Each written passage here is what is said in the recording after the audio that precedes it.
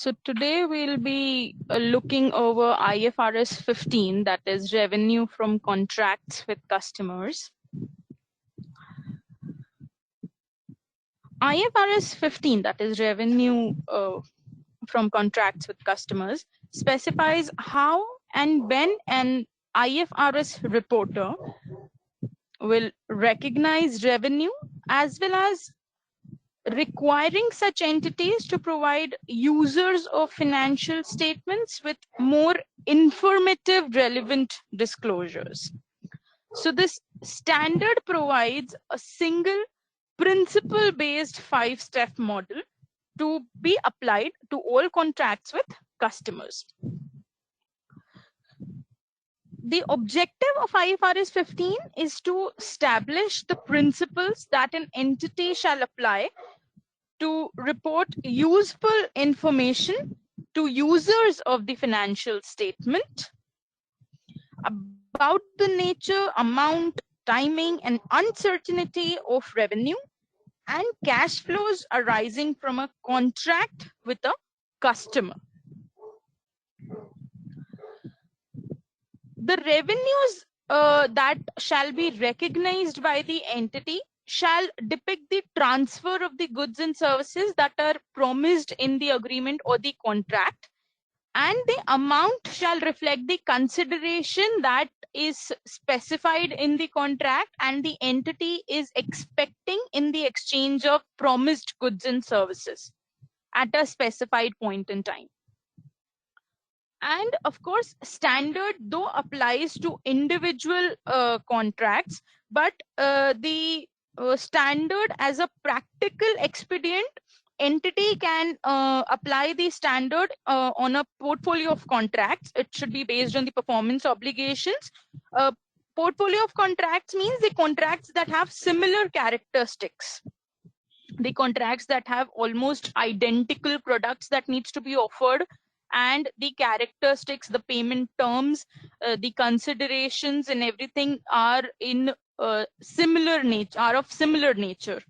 So you can of course apply it to a portfolio of contract, and of course the portfolio of contracts needs to be the entity and the the other party shall remain the same in a portfolio of contracts. Let's say the entity entered into 2 or 3 similar kind of contracts with the same company, then it can be they can apply, the entity can apply the IFRS 15 standard on the portfolios of the contract, all the 2-3 contracts accompanied into a portfolio of contracts, and it can apply the IFRS 15 on that portfolio as a single contractual application. Now let's look at the scope of IFRS 15. The scope says that any party or any customer that has contracted with the entity to obtain goods and services that are an output of the entity's ordinary activities in exchange of some consideration. So any such kind of contract, IFRS 15 shall apply on it. Now it can happen that the contract with any customer may be partially within the scope of IFRS 15 and partially out of the scope. So there are 2 scenarios which needs to be looked upon. If the standards specify, if any other standard has specified how the separate or initially measurement and recognition of that part of the contract can be done, then first that standard shall be applied.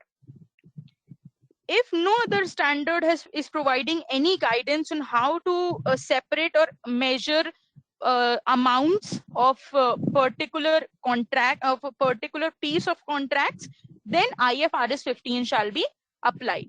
So it can happen, my partially IFRS 15 is a contract is covered under IFRS 15 and partially it is covered under any other standard. So if any other standard has specifies recognition and measurement concepts about the amounts and parts of the contract, then that standard shall be applied first. Otherwise, IFRS 15 is there. You can the entity shall apply IFRS 15. Now, these are the contracts that are outside the scope of my IFRS 15. So that IFRS 15 does not applies to these types of contracts. That is leases covered under IFRS 16, insurance contracts covered under IFRS 17 insurance contracts, IFRS 9, that is financial instruments. Consolidated financial statement is covered by IFRS 10. So any contract in accordance with CFS, that is consolidated financial statement, is covered by IFRS 10. IFRS 11 is again joint arrangements. IAS 27, separate financial statements. So all these three are a similar kind of a contract, and hence different IFRS standards are there that cover those contracts between two entities. IAS 28, that is investment in associates and joint ventures, and any non-monetary exchange that is happening between similar kind of entities.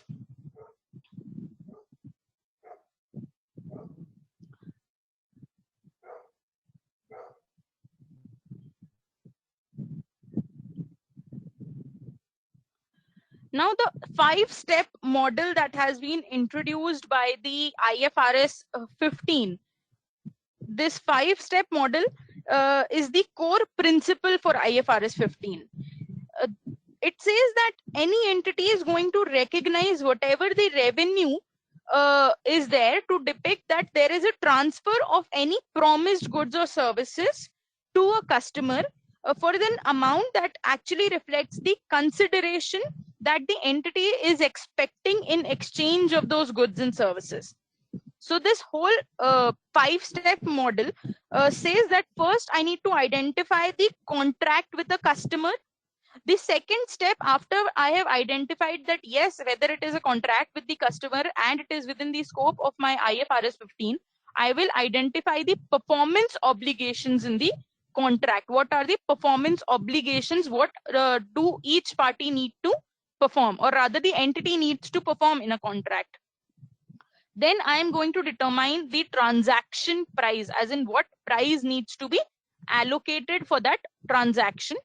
Then second, I am going to allocate my transaction price to a particular performance obligations that are created in a contract, that have came in performance obligations that have existed due to a contract. I'm going to allocate that transaction price to the performance obligations.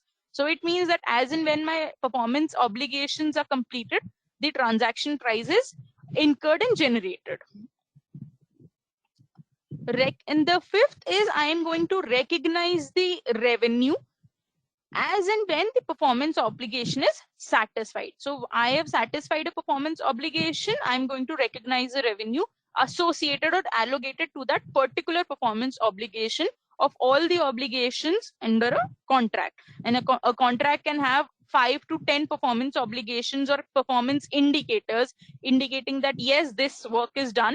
So the amount that is allocated to that performance indicator or performance obligation shall be recognized once the obligation is satisfied. Let's look down to every step in detail.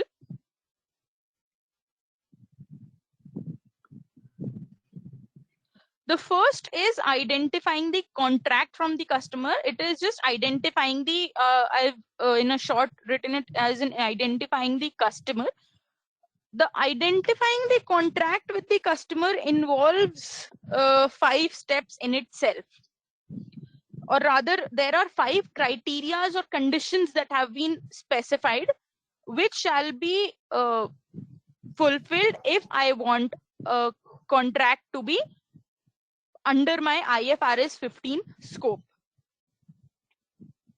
The contract has to be approved by both the parties, or rather all the parties to the contract shall approve the contract, and each party's right in relation to the goods and services to be transferred can be identified. Another criteria that has been set up is the payment terms of the goods and services to be transferred can be identified. What are the payment terms? How am I going to be, or any entity is going to be paid? So those payment terms shall be specifically identified and explicitly provided. The contract must have a commercial substance. Any relevant activity which an entity is engaged into, only those activities any entity can contract with on the basis of those activities to the customer.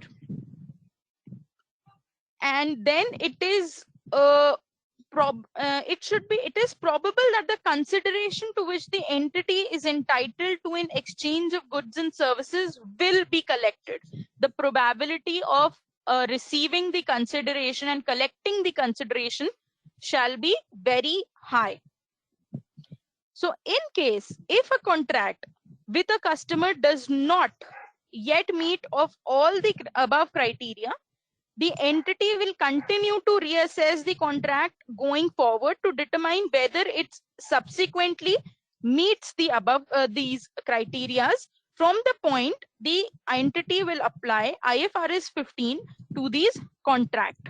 So if these above criteria are followed, only then a contract shall come under the scope of my IFRS 15.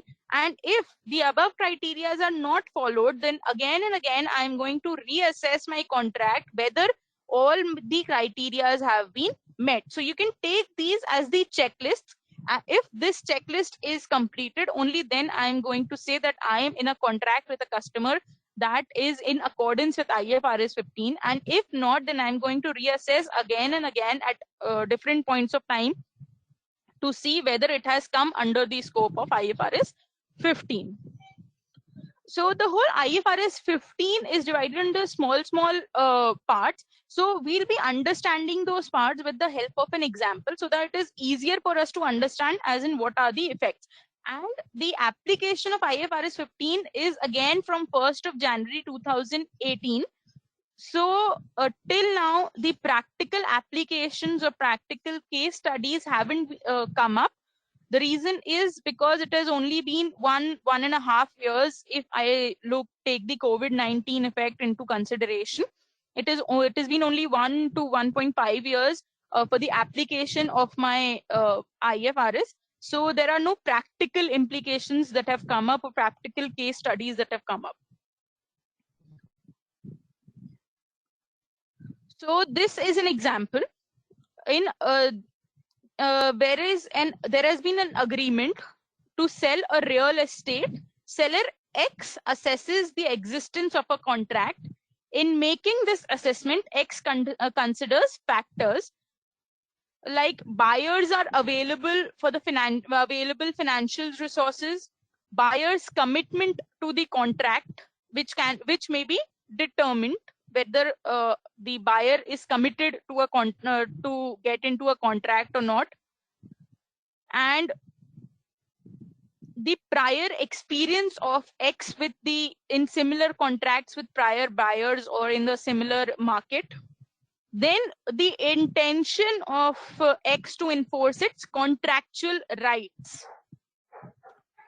The payment terms of the arrangement, and X is going to receive future subject to future subordination. Means the receivables the X is going to receive of the contract, the consideration to future subordinations is of course is subject to future subordination. So there is a seller X and has assessed all the possible existence of possible formalities, conditions for the existence of a contract. Now, if X concludes that it is not probable that it will collect the amount to which it expects to be entitled, then the contract to transfer the control of real estate does not exist. So that means that any contract that is happening is not covered under IFRS 15. It can be covered under any other IFRS or any other accounting policy or procedures or any other conceptual framework, but it is not a contract as per IFRS 15. So in case if any cash is collected by X on the contract to sell the real estate to any buyer, to the buyer, then that shall not be recognized as a revenue. Rather, it will be a cash collected as a deposit. It will be a liability in your financial statement, a liability for which at any point of time, any future point of time, you will have to repay it, or you will have to provide any work or any goods, services, etc. in return for that liability. So this is how, if a contract is not covered under IFRS 15, then any cash or any revenue or any amount that is generated on that particular contract is a liability rather than recognized as a revenue.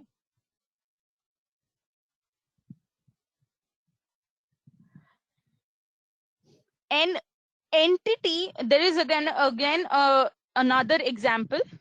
An entity there is which is a real estate developer has entered into a contract with one of a customer for the sale of a building. The building is for $1 lakh. Now the customer has paid a non-refundable deposit so that you can take it as an advance to book the token amount to book the building. So that is a non-refundable deposit for $50,000 at the inception of the contract, and has entered into a long-term financing agreement with the entity for the remaining 95% of the promised consideration. So that means you can take it, the rest 95% of the amount shall be transferred in installments or EMI basis. Now the financial agreement is provided on a non-recourse basis. Non-recourse basis means that in case if there is any default that happens in the payment of my EMIs or installments or the loan, then the entity can possess the building from the customer but cannot seek any further compensation, even if the loan amount is not paid back or does not covers the building amount. So the entities, now there is again one thing, that the entity's cost of the building is $6 lakh, and the customer obtains control of the building at contract inception. The building is located in an area where new restaurants face high levels of competition. The customer has very little experience in the restaurant industry. Now, this is something that has been assessed by the entity. So this is one assessment that is made by the entity, that building, wherever the building is located and it is used, it will be used as a restaurant, it will be used for in a food industry. So this is an assessment that says that the competition is very high in that area, and the experience that the customer has in the food industry or the restaurant business is very less as compared to what is required to survive in the industry.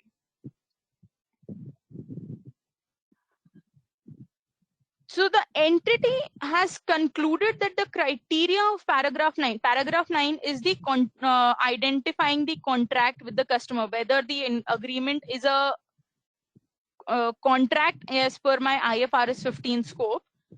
So entity has concluded that the criteria of paragraph 9 has not been fulfilled, and the customer will not be, it is probable that the customer may not be able to pay back the amount from the business that it is going to start.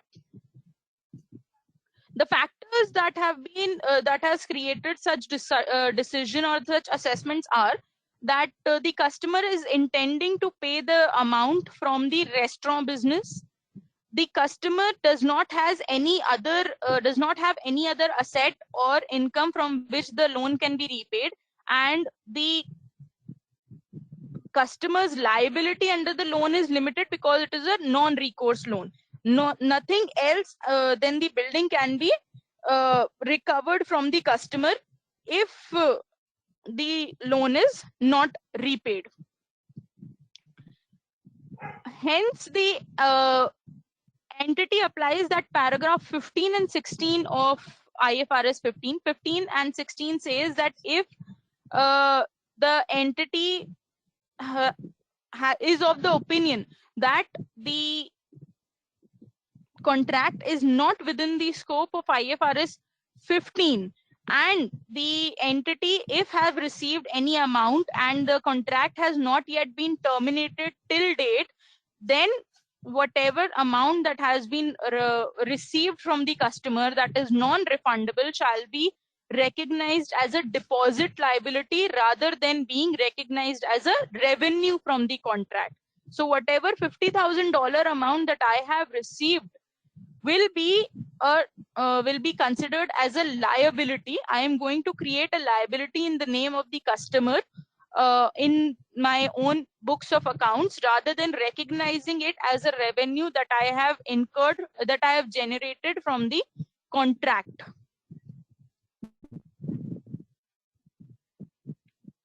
Now there is one point of implicit price concession that has come up in the IFRS 15.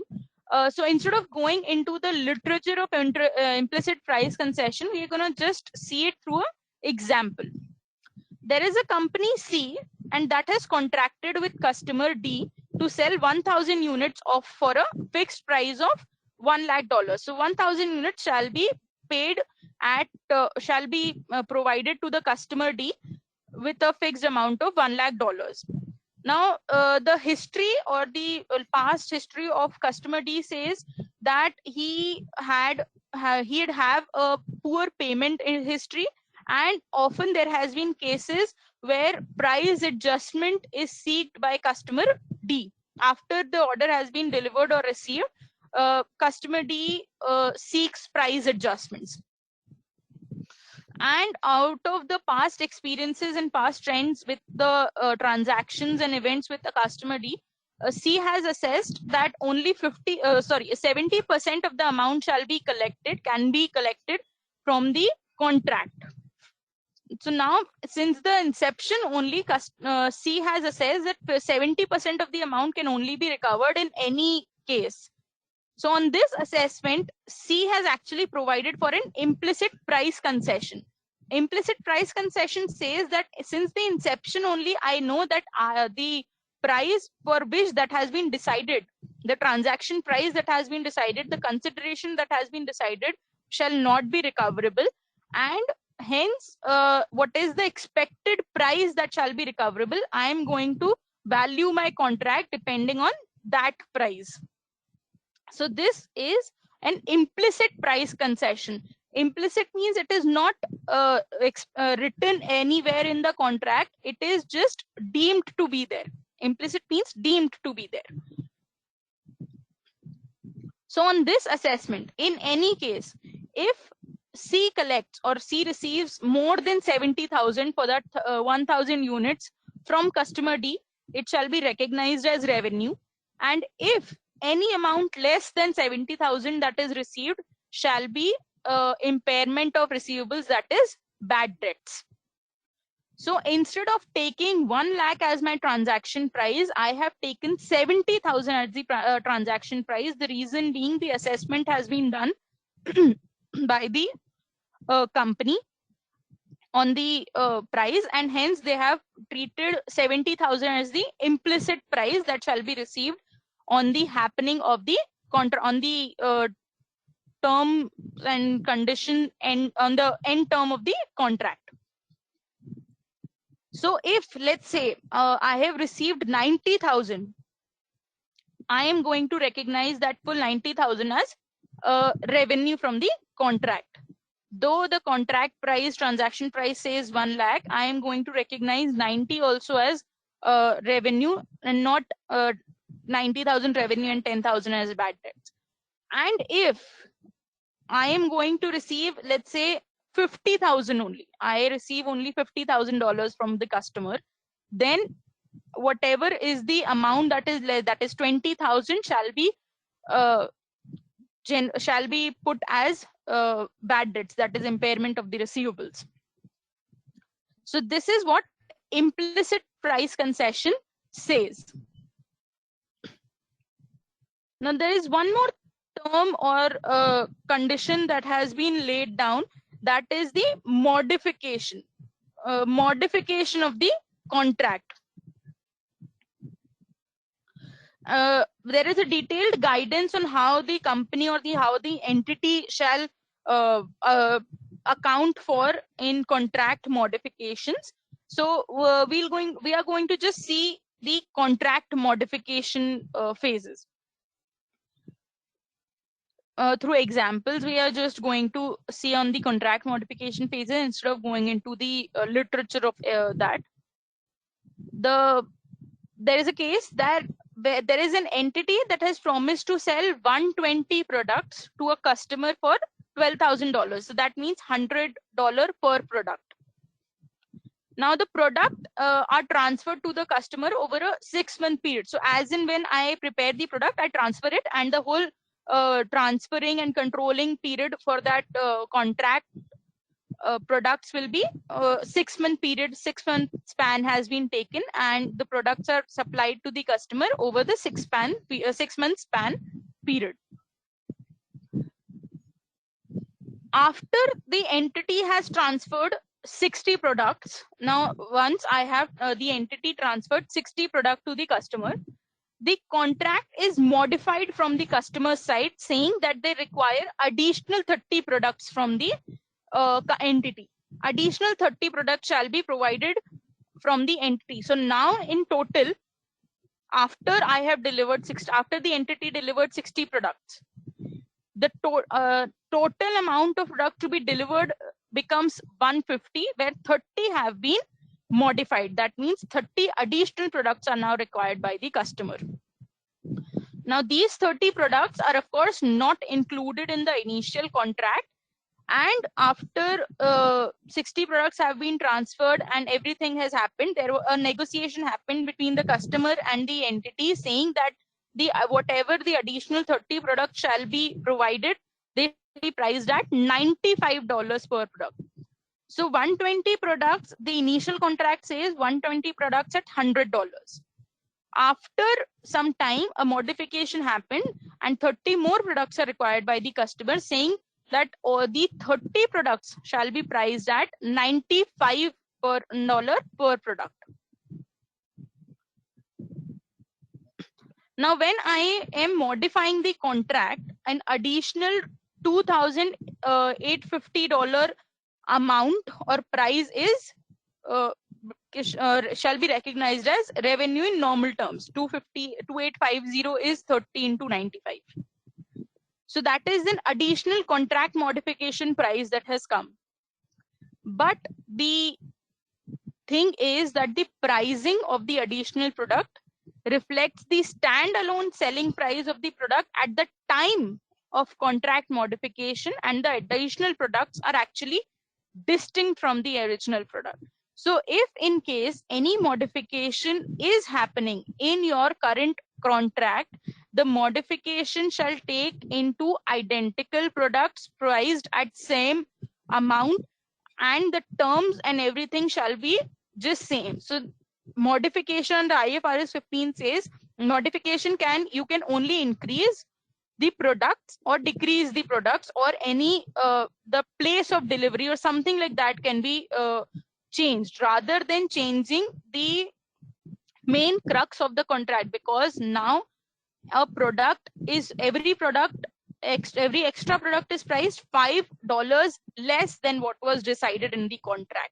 So this is said to be a total new contract. Therefore, a new contract shall be entered by the customer and the entity that will contain 30 products at $95 in whatever span of time as the entity and the customer thinks fit. Hence, the modification can only be taken place if there are identical products at same prices.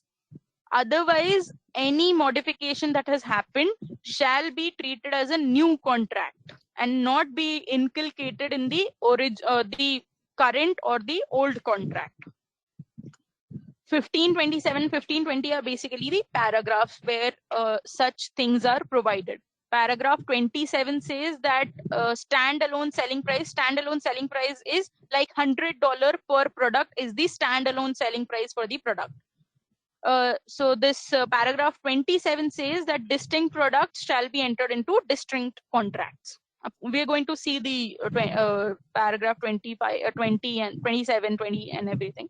And a new contract, paragraph 20 says that if there is a modification and the modification results in a new contract shall be entered.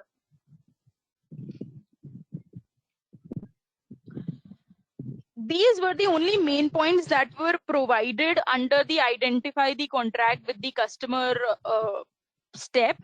These were the only three important things. One was the how the contract, what are the criteria and conditions for a contract to be classified as a contract under IFRS 15, and what is an implicit price concession that we have seen, and any modification if that happens. Of course, there are small details that needs to be done, but these were the main things that were present that needed your focus on when we are going through IFRS 15.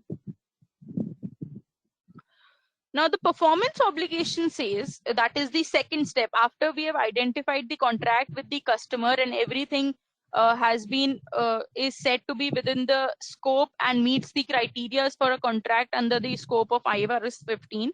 Next is I'm going to identify the performance obligations.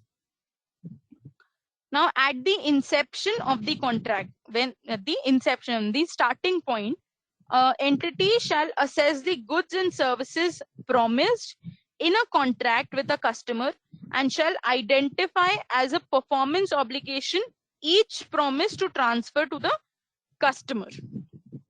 So the performance obligation, in simple words, if I tell you, is basically what are the performance indicators on which the customer is going to judge whether the work is done or whether the work is incomplete, pending, or not as per the contract. So performance obligation, you can take it to be as performance indicators.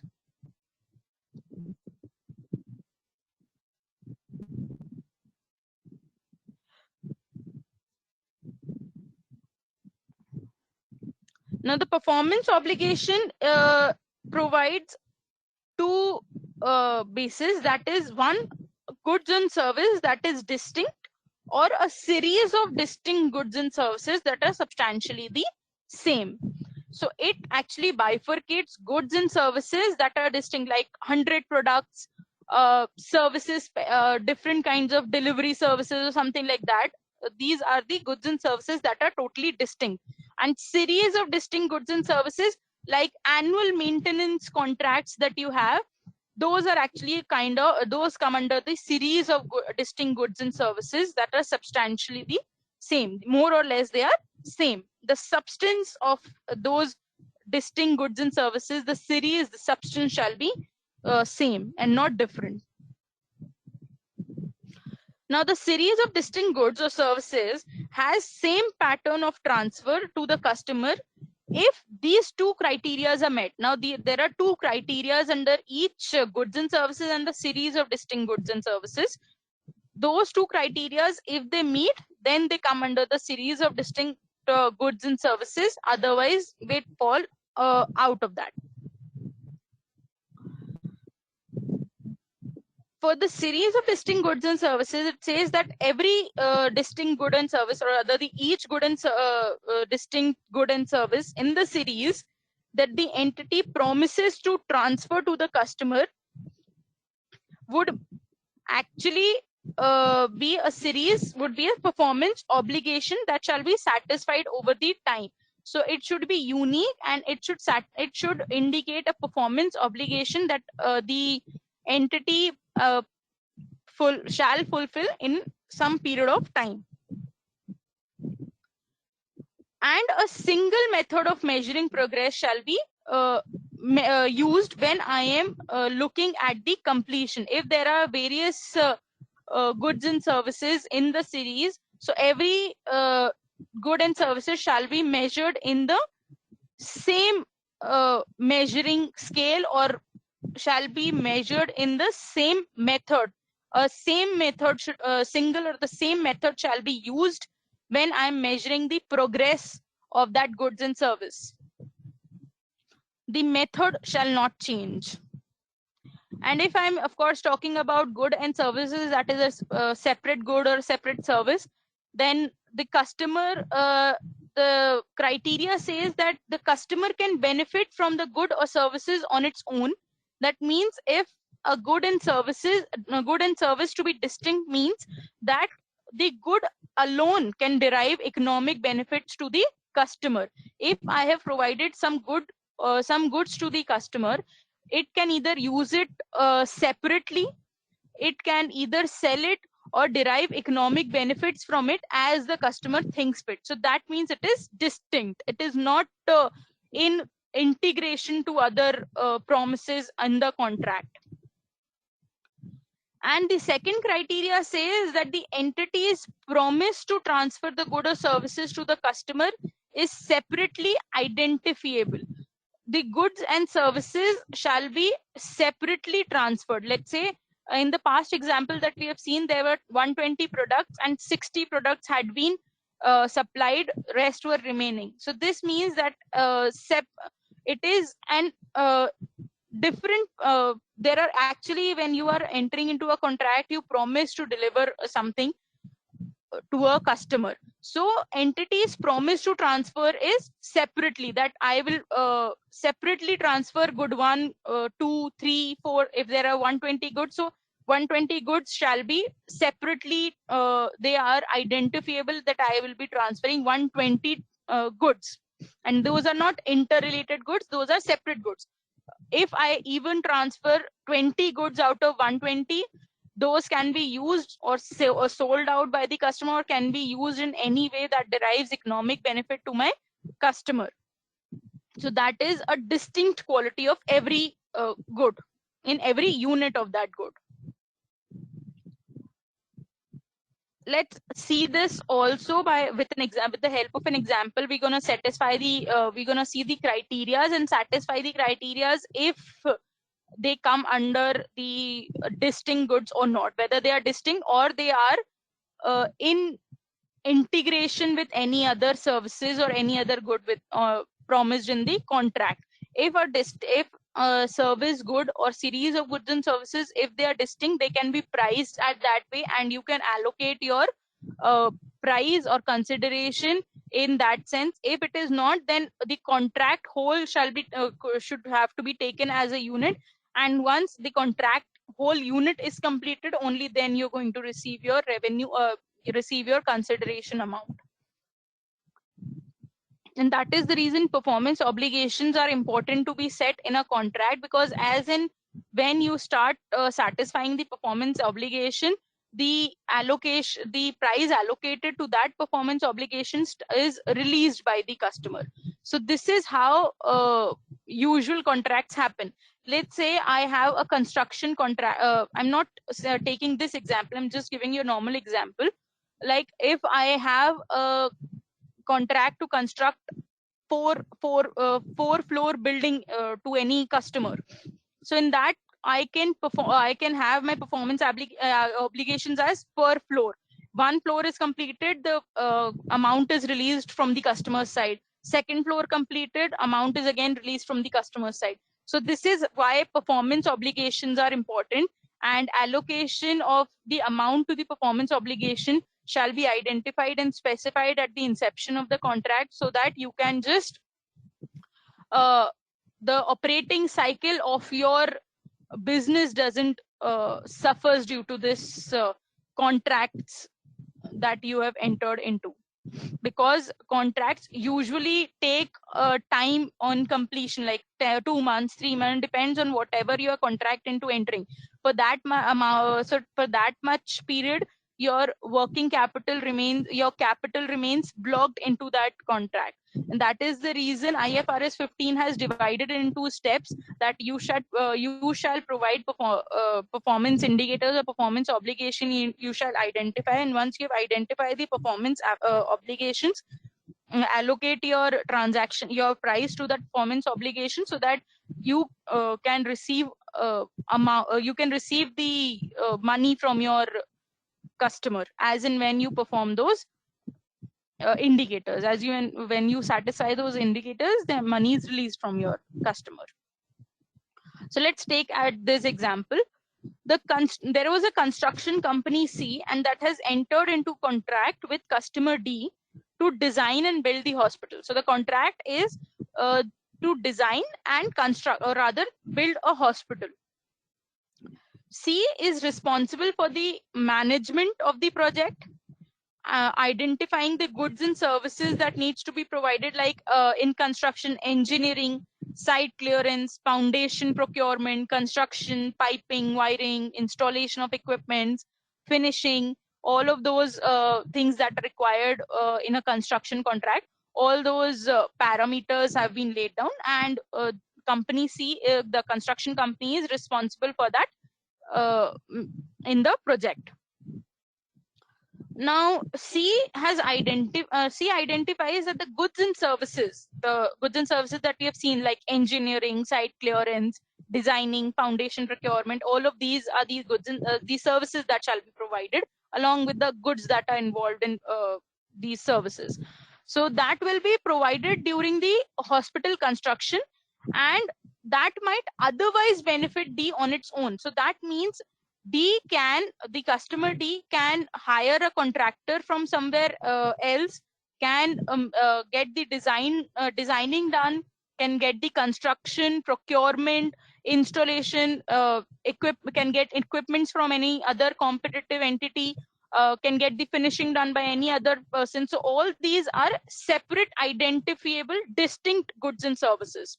Distinct goods and services, that means the customer can benefit by any single one also.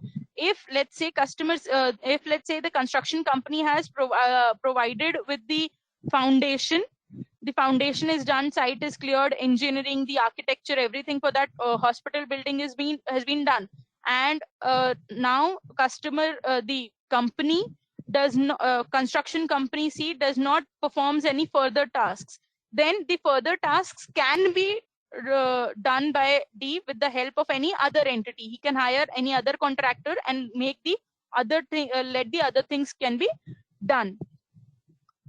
So this means that these goods and service are having a distinct performance obligation.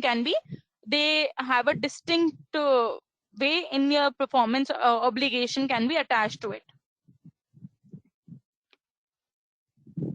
But the contract that C and D has entered into provides that the goods and services that are provided under the contract, they are not separately identifiable from the other promises in the contract. The contract does have certain implications that they cannot be separately identifiable.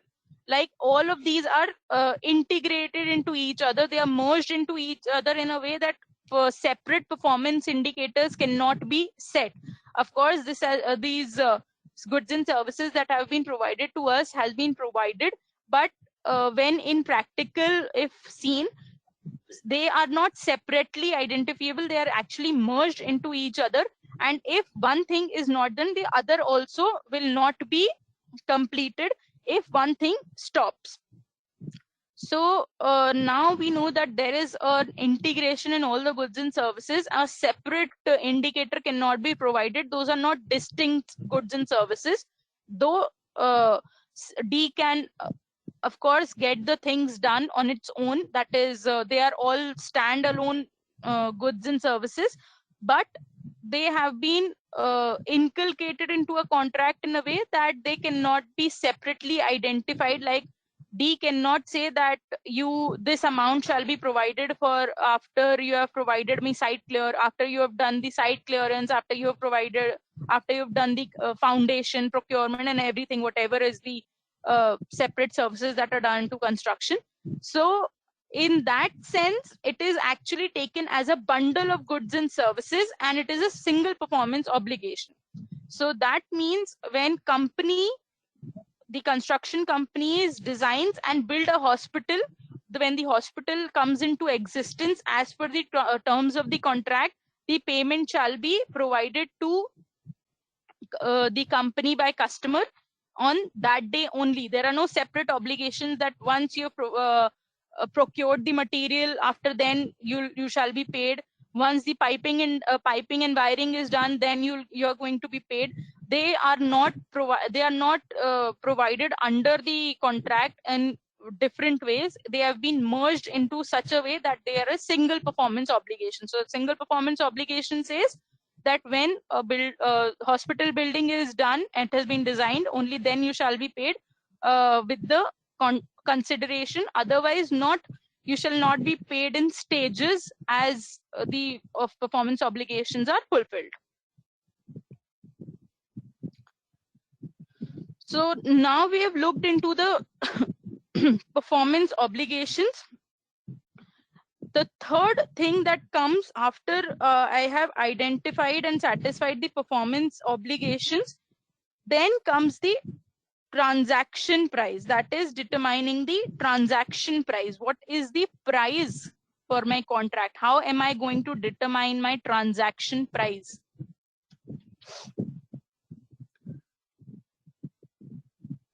Now there are various terms that are actually used under transaction pricing for the IFRS 15. The first is, of course, the transaction price. Transaction price is the amount that is entity is expecting in return or in exchange for whatever goods and services it is providing to the customer. Let's say 100 products for $10 each are being provided to the customer. $1,000 is my transaction price. That is what I am expecting from the customer, and that is what it actually is. Now there is one thing that has been IFRS 15 considers is a variable consideration. Variable consideration, there is various 4 to 5 paragraphs that have been provided under variable consideration. But in simple words, if I tell you, variable consideration is a consideration that is based on a happening or non-happening of an event. So that is the reason it is variable. It is not fixed that I am going to receive $1 lakh for that amount. I may receive, I may not receive. And if I receive, the amount is going to change. That is known as a variable consideration.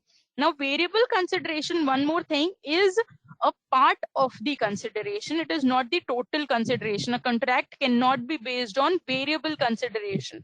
I cannot contract with a customer say, the customer cannot contract with any entity saying that if this happens, I'm going to pay you. If the contract is not fulfilled, I'm not going to pay you. Such kind of contract cannot happen. A contract can include that this is the amount for consideration.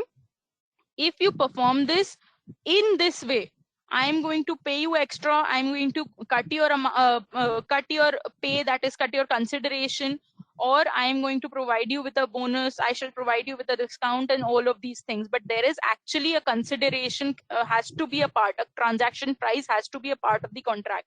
A contract cannot have a sole variable consideration into that part. The definition that is provided under IFRS 15 is, if the consideration that is included is a variable amount, the entity is going to estimate the amount of consideration to which the entity will be entitled in exchange of transferring the promised goods or services to the customer. So variable consideration is an estimate, whereas transaction price is the actual. Now there is constraining estimates that there are there. The constraining estimates as per IFRS 15 are basically the entity, whatever is the entity or the company shall include in the transaction price some or all of the amount of variable consideration only to the extent that it is highly probable that a significant reversal in the amount of cumulative revenue recognized will not occur when the uncertainty associated to the variable consideration is subsequently resolved.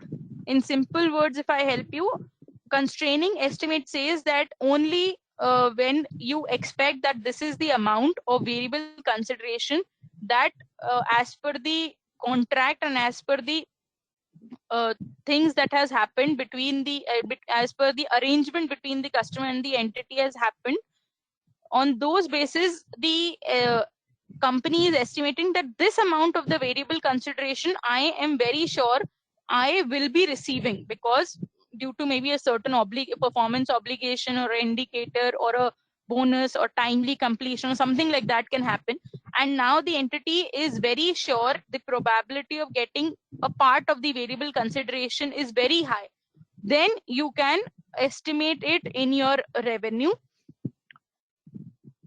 Only then you're going to estimate variable consideration that much part into your transaction price on the revenue that is to be recognized. Now there is also some refund liabilities that are there under IFRS 15. The refund liability says that if the entity is receiving consideration from a customer and there is a condition that has been attached, or the entity is expecting that a refund of some of or all of that consideration to that customer is possible, then a refund liability shall be measured and associated. Refund liability, in again simple words, if I help you, is the return. Like when you have sales returns, that kind of a thing is refund liability basically. When I am expecting, when I have laid down a condition, or at the time, at the inception of the contract, there has been a word that if the product that is supplied to us if does not satisfy this criteria, we shall return the product to you. So in that case, I will have to refund the consideration that I had received at the time of transferring the goods and services. So for that purpose, refund liability needs to be executed if there is a possibility in my contract. Refund liability shall be measured at the amount of consideration that is received for which the entity does not expect to be entitled. That is the amount that is not included in the transaction price. Now there is some non-cash consideration. Non-cash consideration is very simple. Like let's say if I get into a contract and the consideration that shall be paid is not in cash, it is in kind, in terms of any other way other than bank and cash. Any other terms are settled, like for a machinery, some other kind of machinery shall be provided by the customer or something like that is happening. Then the non-cash consideration shall be valued at fair value measurement. In terms of the fair value measurement, the entity is going to measure the consideration for that contract. Instead of having $10, $20, $30, the consideration, whatever is received in kind, fair value of that asset, liability, whatever it is that is transferred, shall be assessed as per my fair value measurements, and I'm going to attach that amount to the consideration of the contract. Now we've just looked over these terms. We shall be using the again the examples for the terms and terms understanding and references.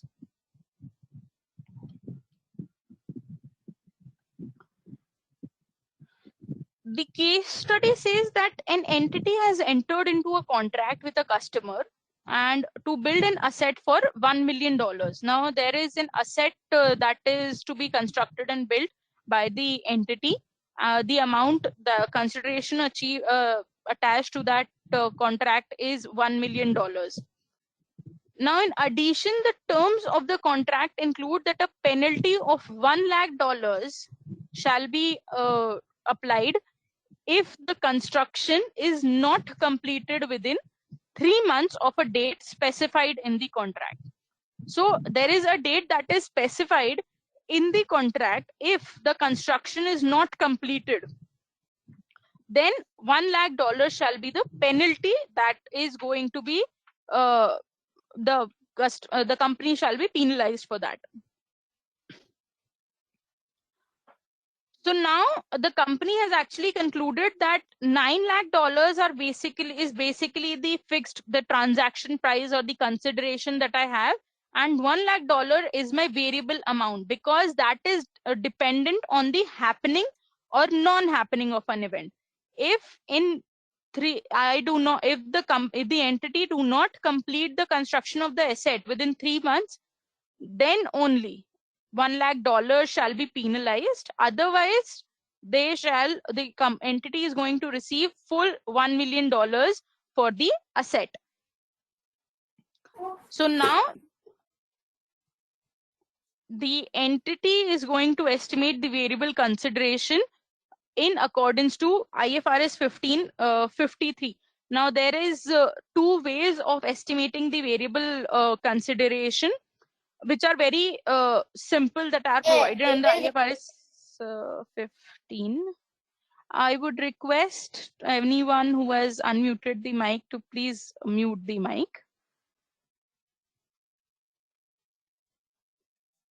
Yes. There are basically 2 ways in which the variable consideration is estimated, and there are not any calculation ways or something that are provided. They are basically most again, I am requesting to please mute yourselves, because it might create How are you?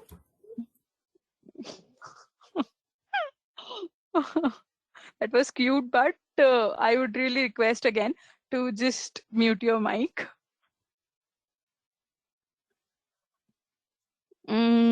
Yes. Let's look at this example. Again, there was a contract of $1 million, which for a asset considered.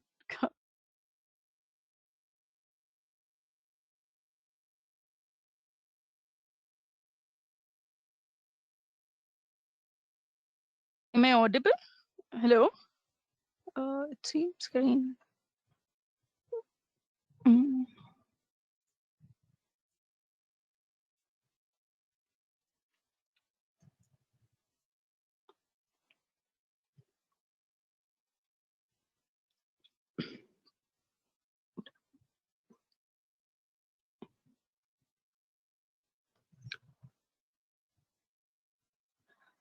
Okay, so I suppose I'm audible because there was someone muted or unmuted, something like that happened.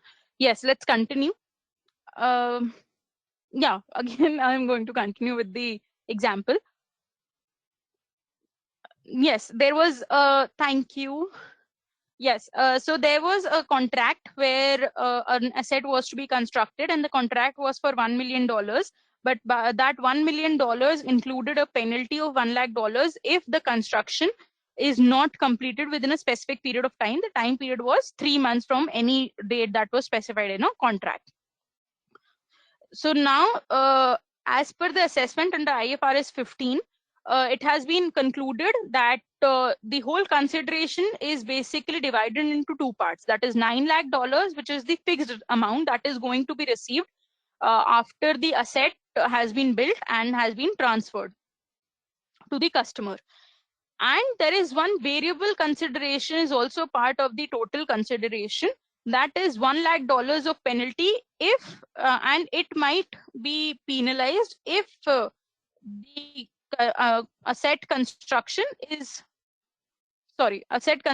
does not take place within the specified period of time.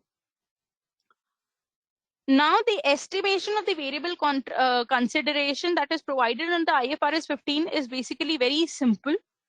There are no methods of calculation that is actually given. It is just provided, said in a normal rational basis, that one is the expected value and the other is the most likely amount. The expected value that they say is, what do you expect? What is the probability that you shall be receiving the variable amount, and what are the possibilities of receiving it? Let's say the variable amount was divided into parts. then what are the possibilities of receiving those variable amounts? And the other way is the most likely amount. So most likely amount is just similar to this penalty amount, that it is based on a probability or of an single most happening of an event. If I do not complete it within 3 months, I shall be penalized by $1 lakh.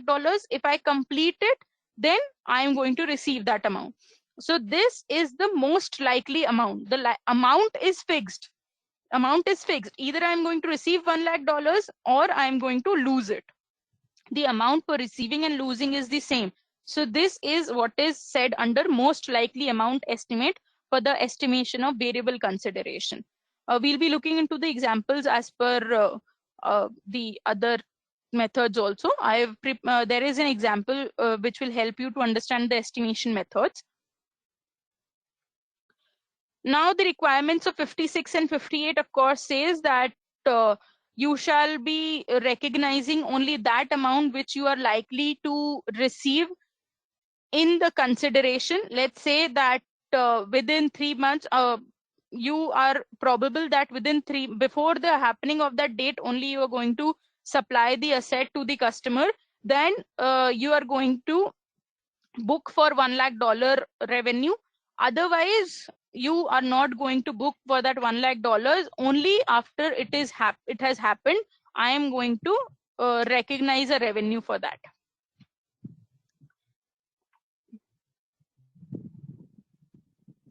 There is again one example that will help us to understand the variable consideration, the estimates.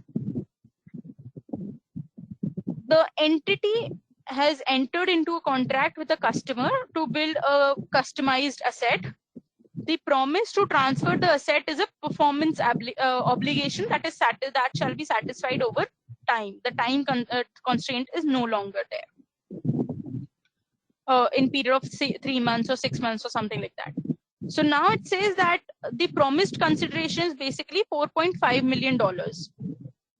But that amount can increase or decrease depending on the timing of the completion of the asset. So that means this amount is going to increase or decrease. The amount that is increasing or that is decreasing is not fixed as of now. It is only dependent on the time constraint of the completion of the asset. This says that if by 31st of March 2020, if the asset is incomplete, then every passing day after 31st March, the consideration that is promised will be reduced by $30,000. And if the asset is completed before 31st of March 2020, the consideration shall increase by $30 every day. This is for every day, $30 per day. Either it is going to be penalized or you're going to get a bonus for that. There is one more constraint that has been laid, that is upon the completion of the asset, whatever is the customer will bring a third party to inspect that whether the asset has been completed as per the terms and what are the metrics benchmarks that are prevailing in the industry.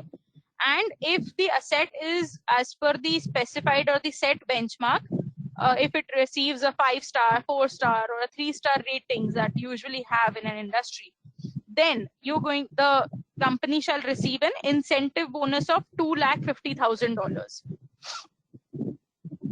So the incentive that I'm going to receive is $250,000. Now there is one thing that you see, that $30,000 is the probability, is dependent on the probability. That says if I complete 5 days before, let's say 25th of March 2020, if I'm going to complete the asset on 25th March 2020, then I'm going to receive $30,000 per day extra over 4.5. And if I complete the asset on 5th of April 2020, then I am going to lose 30,000 per day for the consideration promise. This is based on the probability.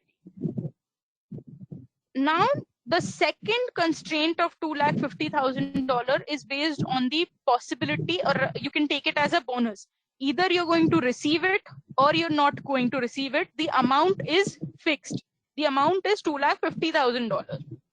Either you are going to receive it, or if you do not, if the ratings are not as per the set benchmark of the industry, $250,000 are gone. So the amount here is fixed, but in the first constraint of $30,000, the amount is variable. It is going to vary. So as I informed you, there are two ways of estimating my variable consideration. There are expected value method and the most likely amount method. So entity has actually separated both the variable considerations under both the methods, and two estimated methods are used. For the first constraint of $30,000, they have used the expected value method. The expected value method says it is the sum of the probabilities. What is the probability of that happening? Probability of early completion of the asset, probability of late completion of the asset. So it is dependent on the probability, and the amount also is variable.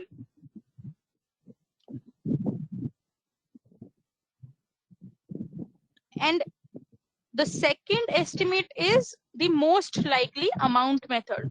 The most likely amount method, you can say it is a type of a bonus calculation for easy understanding. It is less like a bonus calculation. If you achieve a certain benchmark, you shall receive the bonus, or you're not going to receive the bonus. So it is based on the possibility of an event. Either you're going to receive it or you're not going to receive a performance bonus or something like that. So I am going to assess the variable amount. I'm going to estimate as per the most likely amount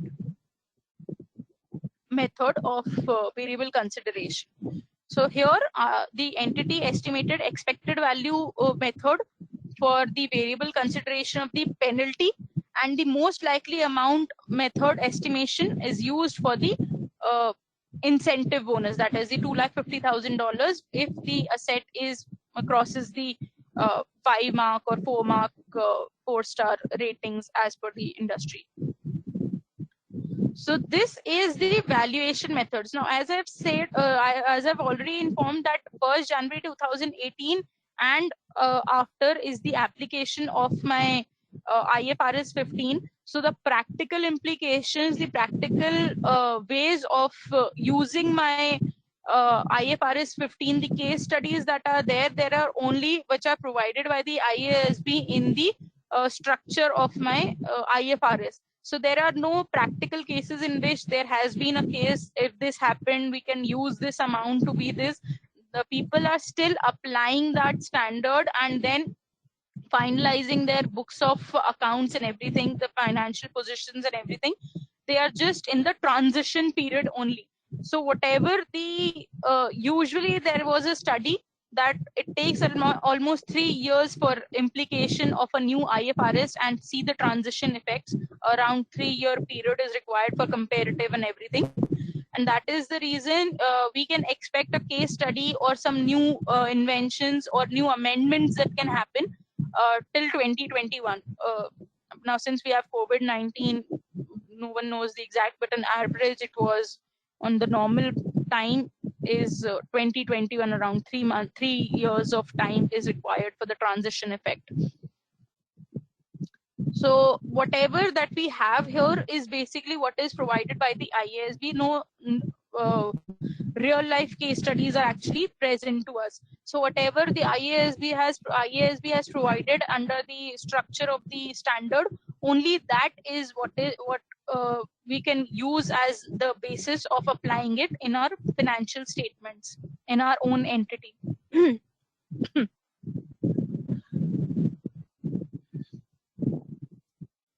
Now there, let's say I had actually provided for the total consideration.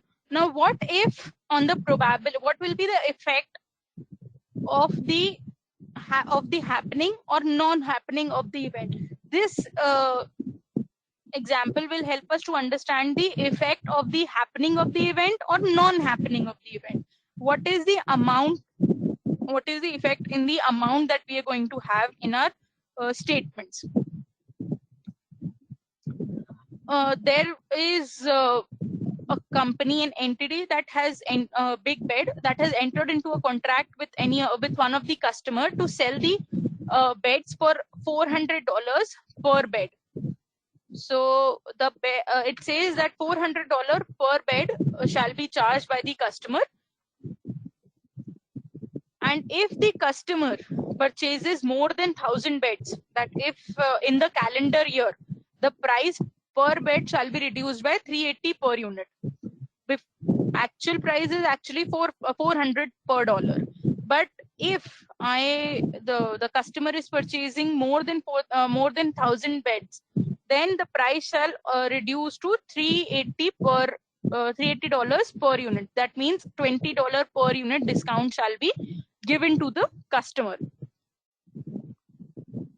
Now, as a as a result of this consideration, the contract, this consideration is actually the $20 amount is actually variable. If the customer purchases more than 1,000 beds, I am going to get a discount of $20. If I am not purchasing more than 1,000 beds, the $20 discount shall not be provided. So that $20 amount per unit is actually my variable consideration.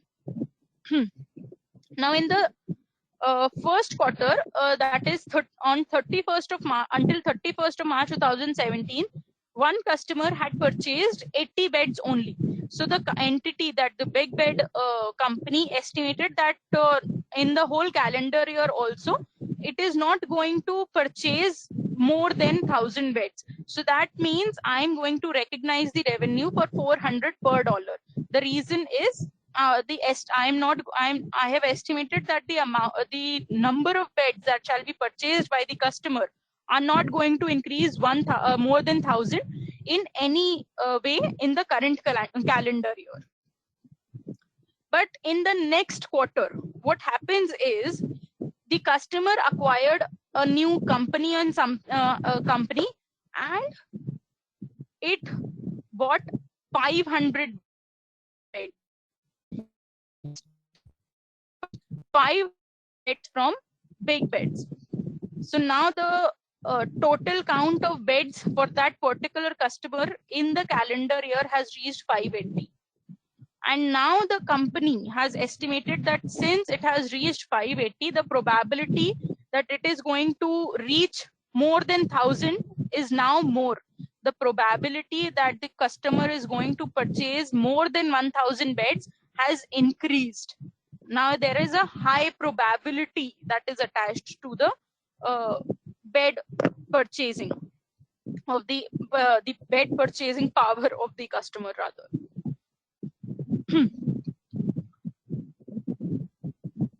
So when in the first quarter, I was Big Bed was actually in the first quarter when it was estimating, it had estimated that not more than 1,000 beds would be purchased, and hence the Big Bed recognized revenue as $400 per bed. So 80 beds were purchased by the customer in the first quarter, and $400 per bed. So that counts to 32,000 revenue. $32,000 revenue was recognized in the first quarter. In the first quarter, I had recognized $32,000.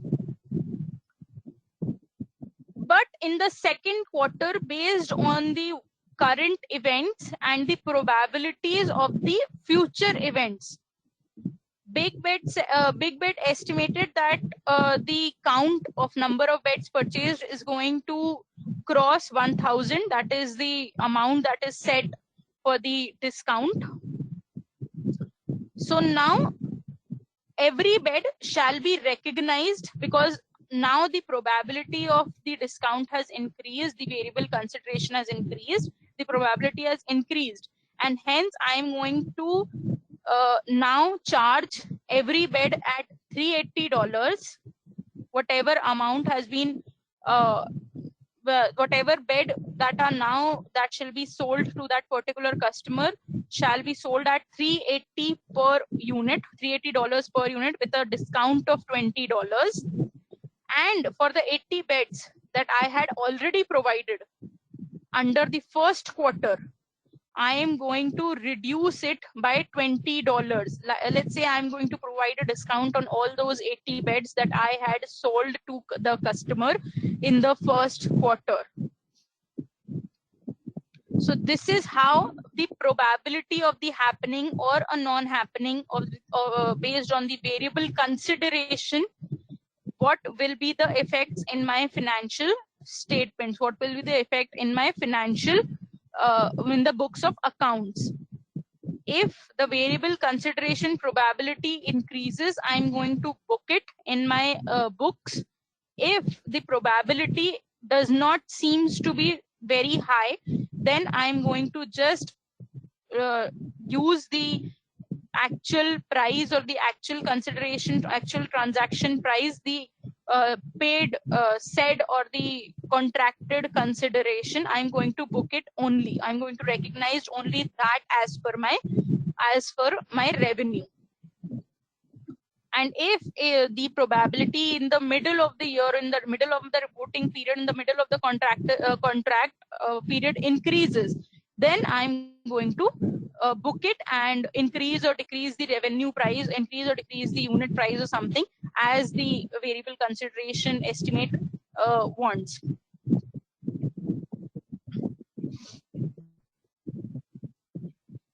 Now, when we have seen the transaction is based on the performance obligations, the next thing that comes up in the 5-step model framework is my allocation to the performance, allocation of the transaction price to the performance obligations. So whenever any contract, if let's say that contract have a single obligation, performance obligation, like we have seen in the example of a hospital building, there was a single performance obligation. So when the building comes into existence, as per the terms of the contract, the payment shall be provided to the entity.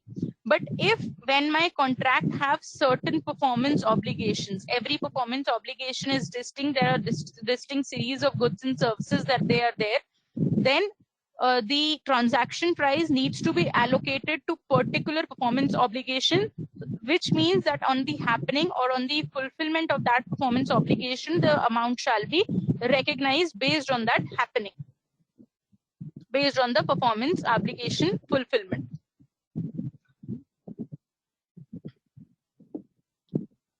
Now, there are basically all of this is happening on the standalone selling price. Standalone selling price means selling price attached to per unit or per happening of the service, per service, or whatever it is. So that means what is the standalone selling price? Like in the past examples, 100 per unit, 280, $380 per bed. These are the standalone selling price. So every unit has a price attached to it. That is what is meant by a standalone selling price. Standalone selling price is taken into consideration. The reason being, when a performance obligation happens, then you have to attach you have to allocate the transaction price to that performance obligation. Now, that performance obligation can only be judged or priced as per the standalone price, that is the price pertaining only to that particular performance obligation. So there are basically 3 suitable methods that have been provided for the estimation of the standalone selling price of the goods or services. First, the adjusted market assessment approach. This means the normal market approach that we have, the normal market approach that we use in our daily lives, that what is the amount of that same identical good or service in the usual market, the market value that we attach to. So that is what the demand supply assessment of the product and everything, what the usual price values have, the market value of the good or services. That is actually the adjusted market assessment approach. Now the second that comes is the expected cost plus a margin approach. This means that if there are no market values that can be assigned to a particular unit of product or a service that is being offered, then in that case, the company is going to assess the cost that it is going to incur in performing that service or providing that good to the customer. Whatever is the cost of, let's say, producing or manufacturing the good or providing the service, I'm going to assess the expected cost for that, and I'm going to add the profit margin to that, which we usually do. This is the usual how I assign price to a cost or good or service. This is what the expected cost plus margin approach. And then is the residual approach. Under residual approach, what happens is, let's say that there is only one performance obligation that can be identified in a contract. Let's say there is only one performance obligation and the rest is all a single performance obligation. They are all integrated. They cannot be bifurcated into particular performance indicators. Hence, in that case, what I'm going to do is, the total contract cost is $1 lakh. So the particular performance indicator, if it cannot be judged differently, I'm going to assign, let's say, 70 to 80,000 is the cost of the all the contract apart from what is the performance obligation identified. Performance obligation identified. Apart from that, 80,000 is the amount that shall be assigned to the remaining contract. So now the amount that is left is $20,000. That I am going to assign to the performance obligation. So that means anything that is left out after I have assigned the contract cost, the contract price, consideration to all the happenings, non-happenings of the event, the promises and everything. After what is left, I am going to assign that amount to the identified performance obligation. These are actually used under certain circumstances, certain specific kind of a contracts if they are happening. And you can say that we have seen any partial like partial contract, IFRS 15 and any other any contract is covered partially by IFRS 15 and partially by any other contract. So the approach that is going to be used in that kind of a contract will be the residual approach. I'm going to assign to the part of the contract some amount, and whatever is left out shall be assigned to the particular performance indicator.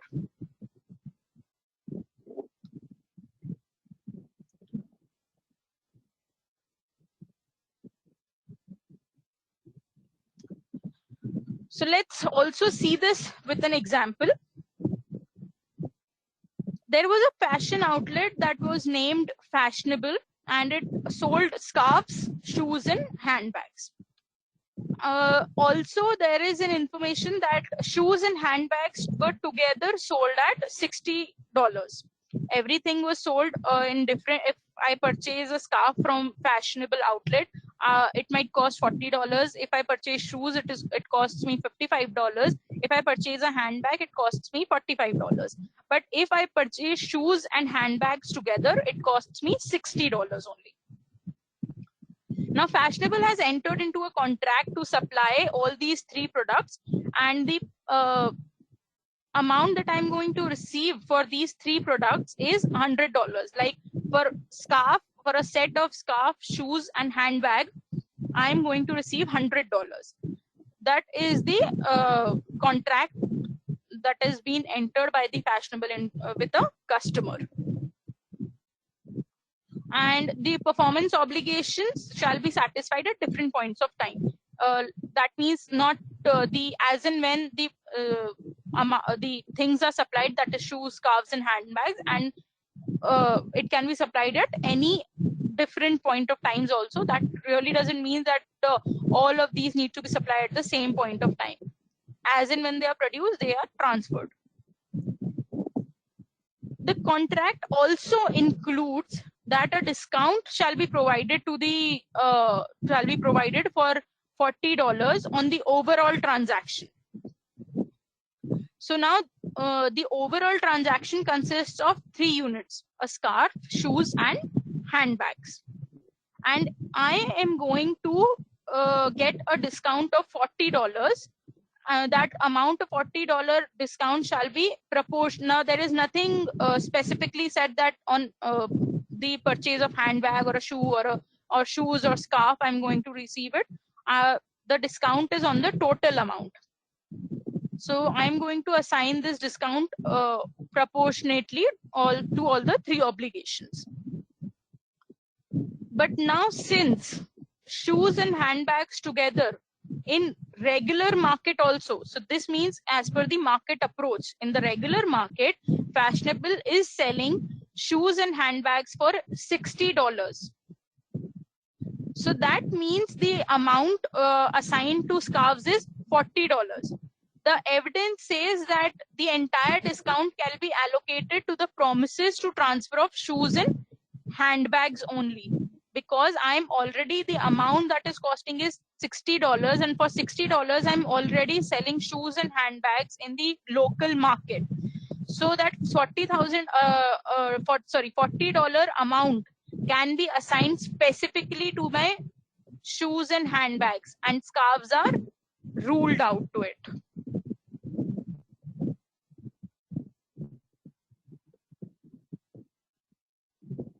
So this means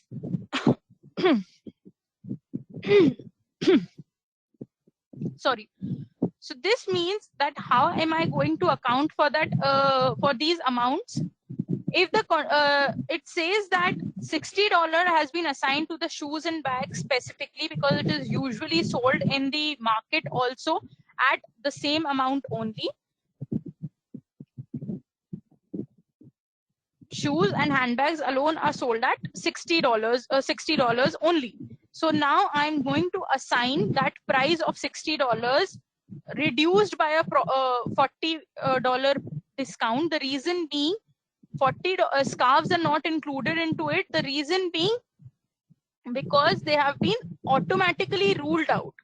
It is just an additional product that I am supplying, because I am supplying scarf, shoes, and handbags for $60, and any additionally I'm just supplying a scarf. I am not getting amount for that particular scarf. So I will have to situate that $60 amount to each and every item that I am selling in that contract. So hence I am going to allocate the $60 amount on the basis of on the basis of shoes and handbags. I'm going to just allocate the $60 amount to the shoes and handbags amount.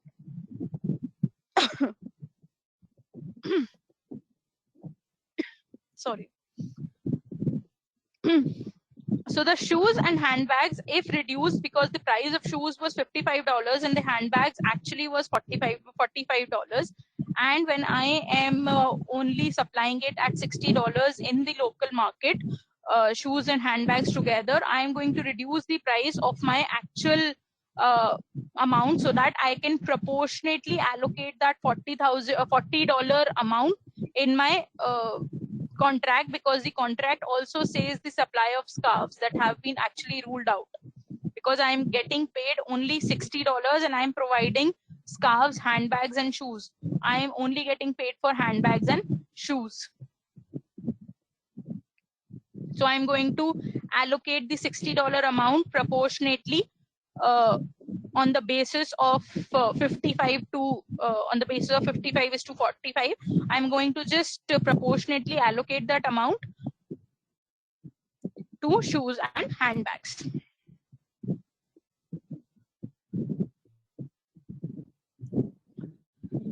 Now, once I have done everything, the last step is actually not as per specifically when I start doing my accounting, it is not actually my last step, because this is the recognition of revenue that has been recognized in the past 4 steps only. The discount, the rebates, the implicit price concessions, whatever have been provided, they have been accounted for and everything. The fifth step is to recognize the revenue, which has actually been recognized. So there is the fifth step goes into the fifth step of the model, goes into the is actually divided into the last 4 step only. It is just provided that revenue recognition is important, and revenue shall be recognized based on the whatever estimates that you have used and whatever the approaches that you have used, proportionately, discount, rebate, whatever approaches that you've used, estimations and everything that you have done for the cost.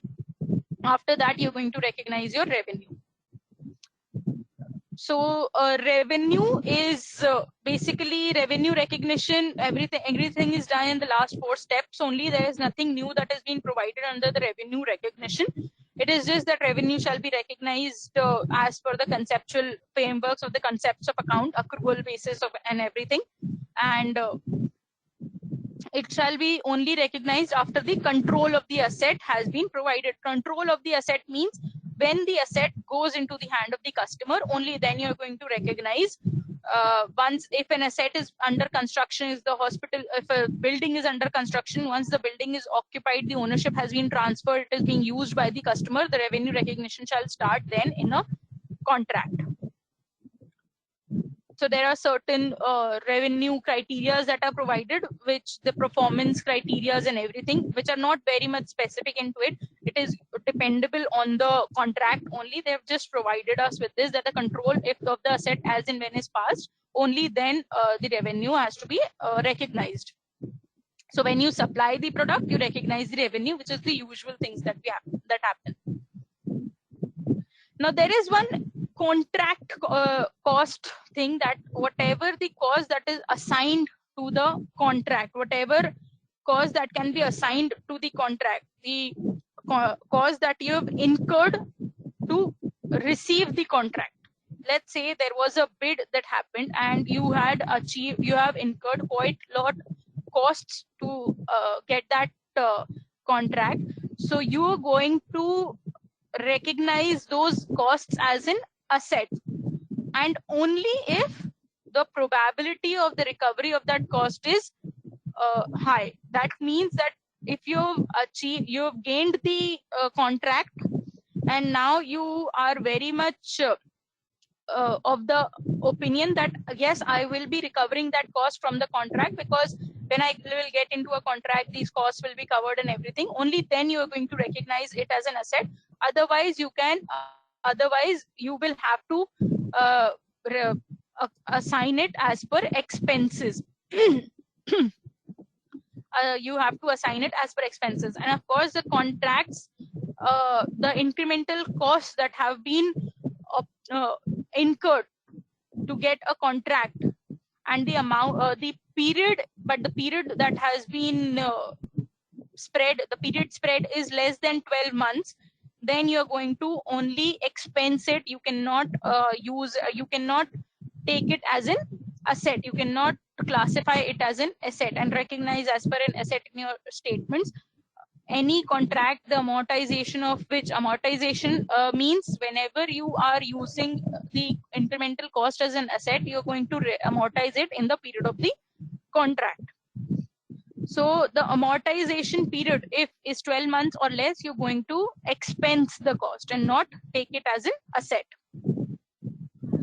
The 3 important criteria that have been set for the contract costs are that costs shall relate directly to a contract. They should not be overhead costs. They should be directly attributable costs to the contract, and the cost whichever is incurred shall enhance the performance obligation. The performance obligation, that is, these costs might help you to increase your performance obligation satisfaction, the customer's performance satisfaction for the performance obligation, and the costs are expected to be recovered.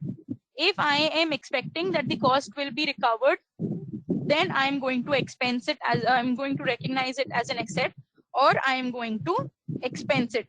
Like let's say if you had a bid contract, then the cost of bidding, the travel cost, if is incurred for the purpose of bidding, any legal fees, the fees of your the financial expert that you're providing, all these costs, these are the costs that are incurred, which are in the process of my contract, and these become the incremental cost which I'm going to if I get the contract, the probability of recovering it increases. I'm going to use it, I'm going to recognize it as an asset. And if not, I am going to expense it if I do not win the project, if I do not become the highest bidder. I'm going to use that cost as an expense. I'm going to expense that cost. So this is the only thing that has been provided by the IFRS 15 contracts. Since there are no practical applications and everything, only examples are had been provided by the IASB, and nothing as such new amendments are provided unto it in the recent years. And this is what has been provided. No methods, no nothing have been provided for the calculation purposes. It had all the methods and approaches that have been provided are only based on the rational thinking and the judgment of the management and the legal experts if you are involving in a contractual basis. Only those things have been provided. Nothing methods or calculation purposes have been provided under IFRS 15 as such. So thank you so much. This was it in the IFRS 15 session. It was a very simple IFRS 15, since there is no practical implication of that. On paper, it is looking easy. As and when the implication happens, the implementation happens, we're going to see the real life examples and implication problems that are coming up as and when you start implementing the IFRS in your organizations. So thank you. That was it for the today's session, and tomorrow we'll be looking at another IFRS for this session end. So thank